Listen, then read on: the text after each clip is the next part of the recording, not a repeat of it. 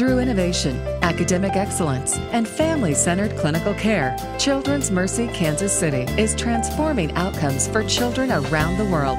Welcome to the audio interview series, Transformational Pediatrics, with host Dr. Michael Smith.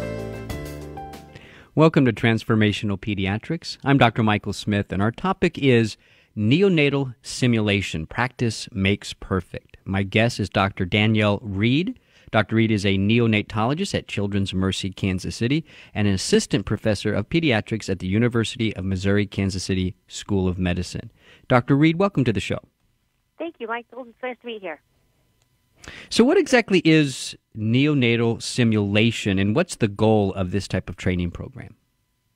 Well, the simulation itself, we use different mannequin models, some that are high fidelity, meaning you can listen to their heart rate, they move, they turn blue if their oxygen levels are low, and then we use others that are called low fidelity, and they are basically babies, if you will, that you could put breathing tubes in and do chest compressions and those sorts of things.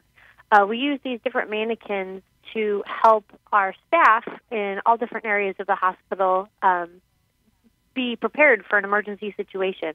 You know, medical care is getting better and better these days, so luckily babies are coding less and less frequently, and we want to make sure that everybody stays on the top of their game so that when a crisis occurs, everyone is prepared and knows exactly what to do.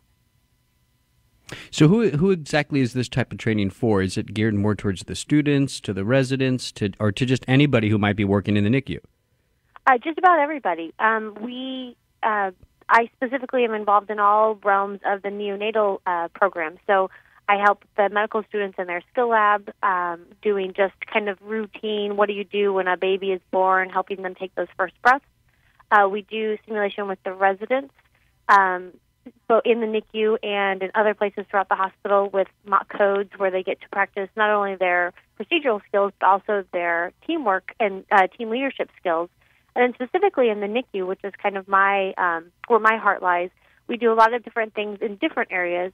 We have mock codes in the unit itself so that all of the different staff nurses, respiratory therapists, residents, fellows, attendings, everybody comes together and can practice their skills on resuscitating a baby that is coding in the NICU. We also have a program that helps our delivery teams be ready in the fetal health center.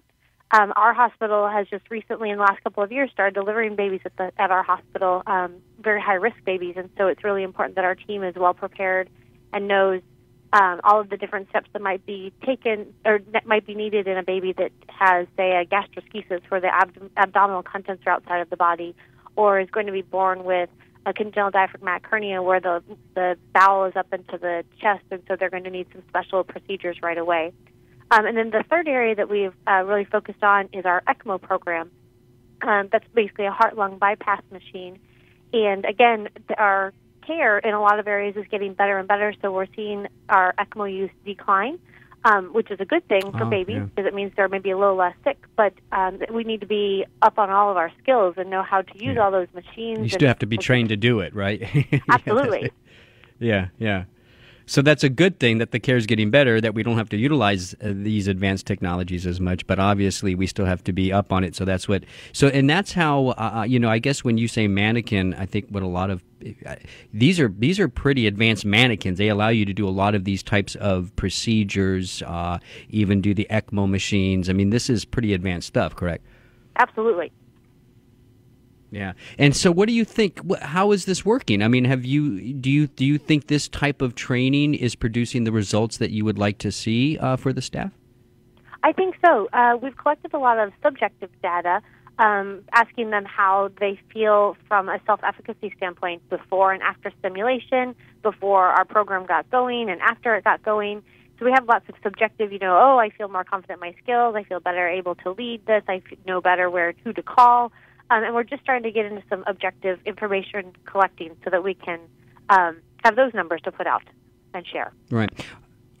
Dr. Reed, are you sharing this type of training technology with some of the smaller hospitals and medical centers around Kansas City? Because this seems like a great opportunity or a great method for also, training those hospitals as well.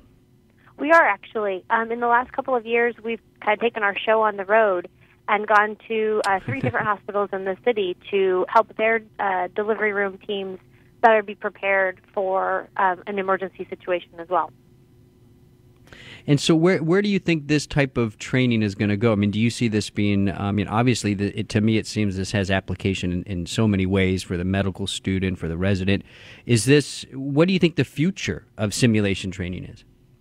Oh, I think that this is really, I feel like we're really on the cutting edge and really going to see simulation blowing up in the future. It's a great way for, as you said, the trainees to kind of get their feet wet and to hone in their skills and their procedures and all of those things without necessarily having to take risks with patients. And then it's a way for more seasoned attendings, more seasoned practitioners and nurses to stay up to date on all of their information. Again, keeping our skills tip-top shape so that when we are called in a crisis, oh yeah, I just took in that chest tube last week on a simulator. I just did ECMO simulation 2 weeks ago. I'm prepared and I'm ready to do this cannulation. I think it's a great way for people to stay up to date on their skills. I think that the mannequins are only going to get more involved and more impressive and be able to do more and more procedures and skills and things as time goes on. Right. And of course, the simulations are never meant to replace, learning on your feet, taking care of patients. I mean, that's the traditional way of doing it. You're just adding a layer that allows people to really hone in those skills. It sounds like a fascinating way to train in something definitely different than the way we did, probably, Dr. Reed. So I want to thank you for how you're pioneering this, and I look forward to seeing simulation training kind of grow in popularity. So thanks for everything that you're doing, and thank you for coming on the show. You're listening to Transformational Pediatrics with Children's Mercy Kansas City. For more information, you can go to childrensmercy.org. That's childrensmercy.org. I'm Dr. Michael Smith. Have a great day.